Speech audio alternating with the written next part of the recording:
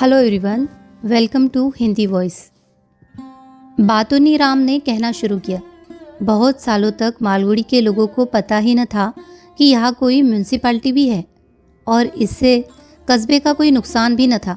बीमारियाँ अगर वे शुरू भी होती तो कुछ दिन बाद खुद ही ख़त्म भी हो जाती। ख़त्म तो उन्हें होना ही होता है।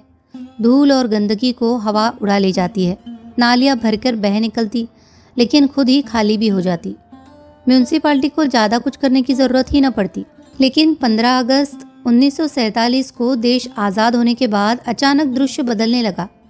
उस दिन देश भर में हिमालय से कन्याकुमारी तक जितने जोश खरोश के साथ जश्न मनाया गया, उसकी दुनिया में इतिहास में दूसरी कोई मिसाल नहीं है। हमारी म्यूनसिपल कॉरपोरेशन भी उत्साह से भर उठी। सारी सड़कों पर झाड़ू लगाई गई, नालियों का कचरा साफ किया गया और हर मोहल्ले में झंडे फहराए गए। झंडों के तले गाते बजाते बड़ी धूमधाम से जुलूस निकाले गए। म्यूनसिपल चेयरमैन ने बालकनी पर खड़े होकर संतोषपूर्वक कहा, इस महान अवसर पर हमने भी काफ़ी कुछ कर लिया। मेरा ख्याल है कि कमेटी के जो सदस्य उनके साथ थे, उनमें से एक दो ने उनकी आंखों में आंसू भी देखे।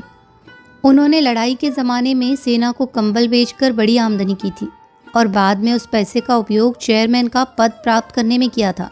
यह भी अपने आप में एक लंबी कहानी है, लेकिन यहाँ हम उसका जिक्र नहीं करेंगे। यहाँ मैं एक दूसरी ही कहानी बताने जा रहा हूँ। चेयरमैन को आज़ादी का जश्न मनाने में जो खुशी हासिल हुई वो ज़्यादा देर तक नहीं रही। हफ्ते भर बाद जब झंडे वगैरह उतार लिए गए, वे बहुत निरुत्साहित हो उठे।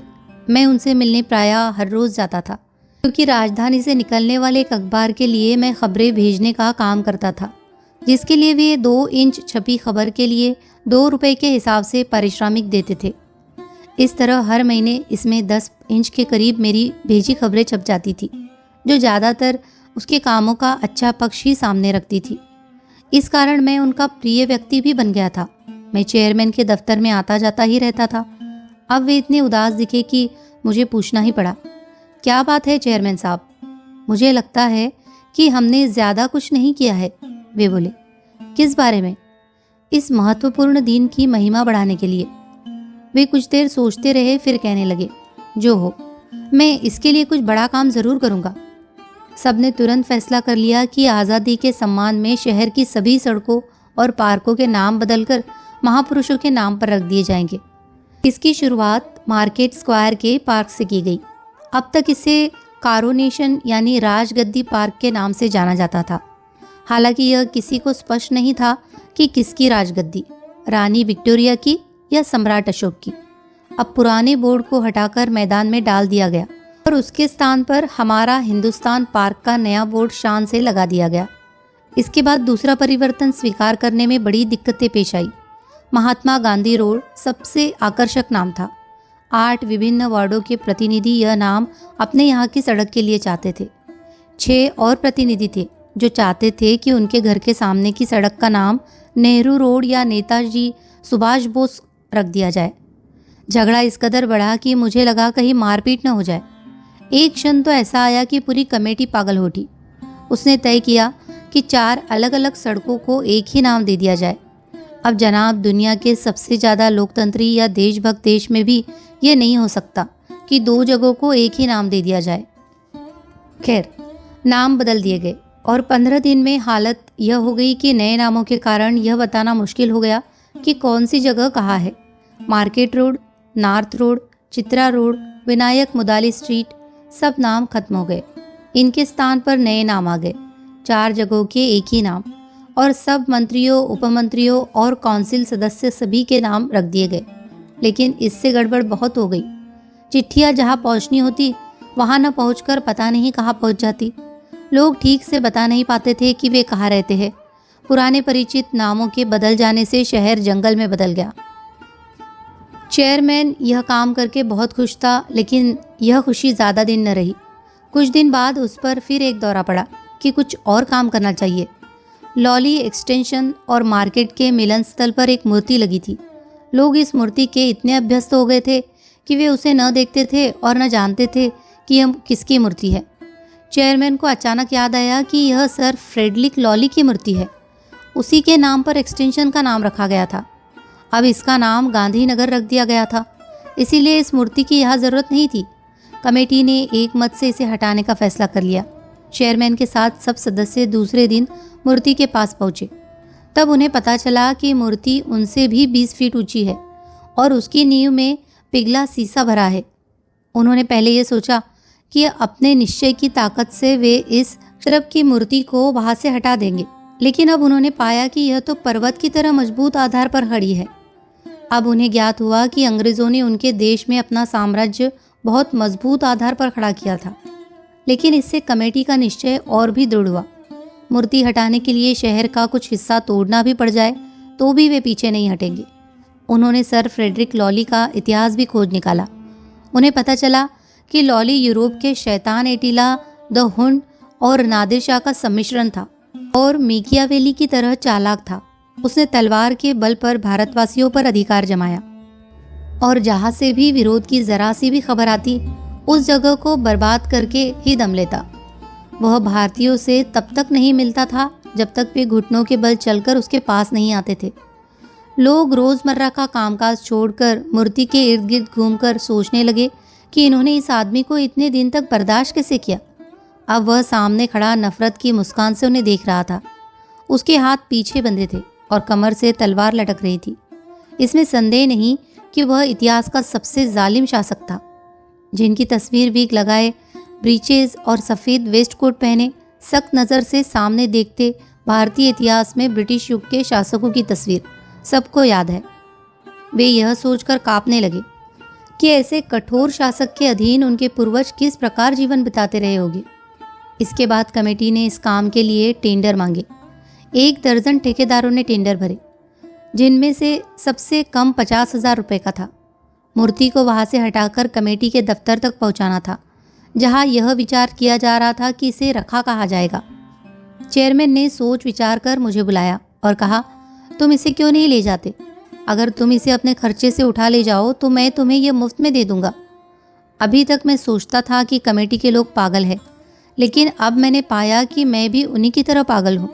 अब मैं मूर्ति से होने वाले लाभ का हिसाब किताब बिठाने लगा। अगर मूर्ति को तोड़ने और यहाँ तक लाने में मेरे 50,000 रुपये खर्च होते हैं, मैं जानता था कि ठेकेदार बहुत ज़्यादा पैसे मांग रहे हैं और इसकी धातु की बिक्री से मुझे 6,000 प्राप्त होते हैं। 3 टन धातु का पैसा बहुत ज़्यादा भी मिल सकता है। मैं इसे ब्रिटिश म्यूज़ियम या वेस्टमिनिस्टर को भी बेच सकता हूँ। तब फिर मैं अखबार को खबरें भेजने का काम छोड़ दूंगा। कमेटी ने बहुत जल्द मूर्ति मुझे मुफ्त दे देने का प्रस्ताव पास कर लिया। अब मैं काम करने की तैयारी करने लगा। मैंने बहुत ज़्यादा ब्याज देने का लालच देकर अपने ससुर से रुपया उधार लिया। 50 कुलियों की टीम बनाई जो मूर्ति की नींव उखाड़ने का काम करेंगे। मैं उनके ऊपर गुलामों से काम लेने वाले मालिक की तरह खड़ा हो गया और ज़ोर ज़ोर से हुक्म देने लगा। वे शाम को 6 बजे कार्य बंद कर देते थे और सवेरे फिर शुरू कर देते थे। मैं उन्हें खास तौर से कोप्पल गांव से लाया था, जहाँ के लोग मेम्मी जंगल के पेड़ काटने से मजबूत हो जाते हैं। 10 दिन तक फावड़े चलते रहे। नींव में जहाँ तहाँ थोड़ी बहुत दरारें पड़ी, लेकिन इससे ज़्यादा कुछ न हो सका। मूर्ति जगह से हिलने का नाम नहीं ले रही थी। मुझे डर लगा कि इस तरह तो 15 दिन में मेरा दिवाला निकल जाएगा। अब मैंने जिला मजिस्ट्रेट से डायनामाइट के कुछ टुकड़े खरीदने की आज्ञा प्राप्त की और उस क्षेत्र में लोगों का आना जाना रोककर डायनामाइट में आग लगा दी। मूर्ति ढह गई और किसी को चोट भी नहीं लगी। फिर इसे घर तक पहुंचाने में 3 दिन लगे। खास तौर से बनाई गई एक गाड़ी में इसे रखकर कई बैल उसे धीरे धीरे खींच कर ले गए। रास्ते में आवागमन काफ़ी देर तक बंद रहा। लोग मुझ पर हंसते और फप्तियाँ कसते दूर तक साथ रहे और दिन की सख्त गर्मी में मैं तरह तरह के आदेश देता साथ चला। हर ऊंची नीची जगह और कोने पर मूर्ति को रुकना पड़ा, जहाँ वह न आगे बढ़ पाती न पीछे हटती। रास्ते बंद हो जाते। ये सारी कहानी अब मैं दोहराना नहीं चाहता। फिर रात भर सड़क पर पड़ी मूर्ति के पास बैठा मैं इस पर पहरा देता रहा। सर फ्रेडरिक पीठ के बल जमीन पर पड़े खुली आंखों से ऊपर आसमान के तारे निहारते रहे। मुझे उनकी स्थिति पर अफसोस भी हुआ। कहा, आपको कठोर साम्राज्यवादी होने के कारण यह दिन देखना पड़ रहा है। बुराई का नतीजा अच्छा नहीं होता। फिर इसे मेरे छोटे से घर में आराम से रख दिया गया। सामने के कमरे में सिर और धड़ रखा गया और पेट तथा पैर दरवाजे से बाहर निकालकर सड़क पर रख दिए गए। मेरी कबीर गली के लोगों ने रास्ता रुकने का बुरा नहीं माना और खुशी से हर परेशानी को स्वीकार कर लिया। म्यूनसिपल कमेटी ने मुझे धन्यवाद का प्रस्ताव पास किया। यह खबर मैंने अपने अखबार को भेजी। के साथ 10 इंच लंबी इसकी पूरी कहानी भी बयान कर दी। एक हफ्ते बाद चेयरमैन साहब बहुत परेशान हालत में मेरे घर आ पहुँचे। मैंने जालिम के सीने पर उन्हें बिठा दिया। वे बोले, तुम्हारे लिए बुरी खबर है, तुम वह खबर अखबार में छपने न भेजते तो अच्छा होता। यह देखो।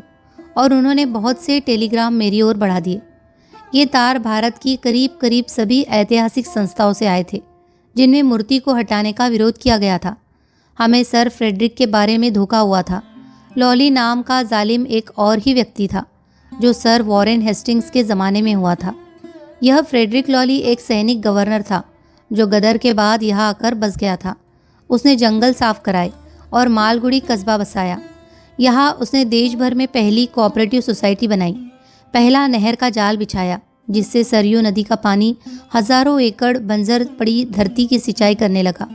उसने यह और वह बहुत कुछ किया और सरयू की बाढ़ में ही जहाँ वह उसके किनारे रह रहे सैकड़ों लोगों को बचाने गया था, उसकी मृत्यु हुई। वह पहला अंग्रेज था जिसने ब्रिटिश शासकों से कहा कि देश चलाने के मामले में भारतीयों को शामिल करना चाहिए। अपने एक पत्र में उसने कहा था, ब्रिटेन को किसी दिन स्वयं अपने हित में भारत छोड़ना पड़ेगा।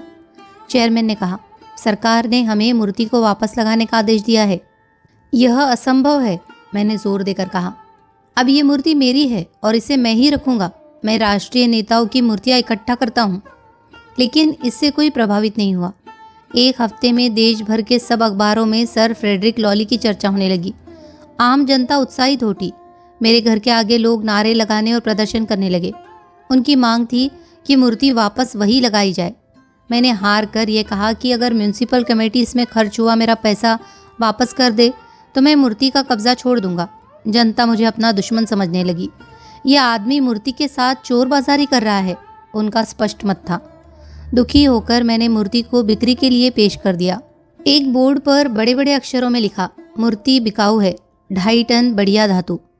आप किसी देशभक्त मित्र को इसे भेंट में दे सकते हैं। 10,000 रुपये से कम के आवेदनों पर विचार नहीं किया जाएगा। इससे लोग और भी भड़क उठे, चाहने लगे कि लात घूंसे से मुझे मारे। लेकिन देश में अहिंसा की परंपरा होने के कारण उन्होंने मेरे घर की पिकेटिंग करने का फैसला किया। वे झंडा हाथ में लेकर घर के आगे लेट गए और नारों से सड़क गूंजने लगी।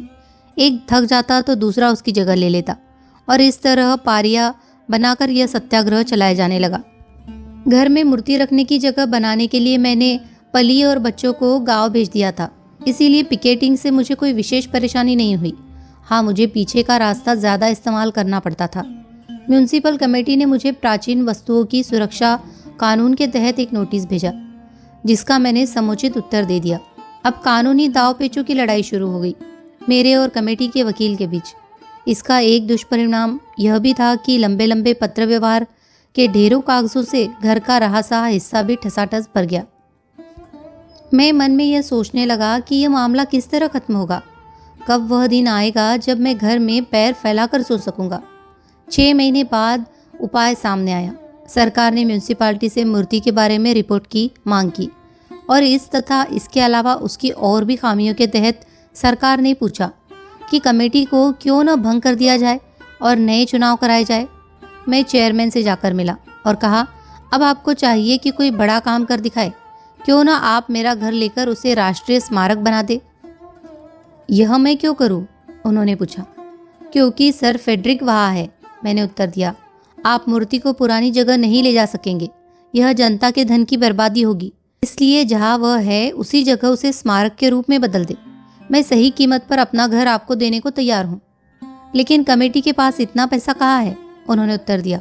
मैं जानता हूँ कि खुद आपके पास बहुत पैसा है। कमेटी के पैसों पर आप क्यों निर्भर करते हैं? यह आपका ऐसा काम होगा कि लोग दंग रह जाएंगे। देश भर में किसी ने ऐसा काम नहीं किया होगा। मैंने उन्हें समझाया कि अपने पैसे से घर खरीद कर कमेटी को दे दे। आपका इससे कहीं ज़्यादा पैसा चुनाव लड़ने में खर्च हो जाएगा। इस तरह कहने से बात उनकी समझ में आ गई। वे मान गए और कुछ देर बात करके रकम भी तय हो गई। कुछ दिन बाद अखबारों में यह खबर छपी तो वे बहुत प्रसन्न हुए। मालगुड़ी की म्यूनसिपैलिटी के चेयरमैन ने सर फ्रेडरिक लॉली की मूर्ति वापस खरीद कर राष्ट्र को भेंट कर दी है उन्होंने निश्चय किया है कि नई जगह उसकी स्थापना कर दी जाए। म्यूनिसिपल कमेटी ने एक प्रस्ताव स्वीकृत करके कबीर गली का नाम बदलकर लॉली रोड रख दिया है। आप सुन रहे थे आर.के. नारायण की कहानी लॉली रोड। कहानी अगर आपको पसंद आई हो तो प्लीज़ इसे लाइक कीजिए, शेयर कीजिए और कमेंट कीजिए और हमारे चैनल को सब्सक्राइब भी कर लीजिए। धन्यवाद।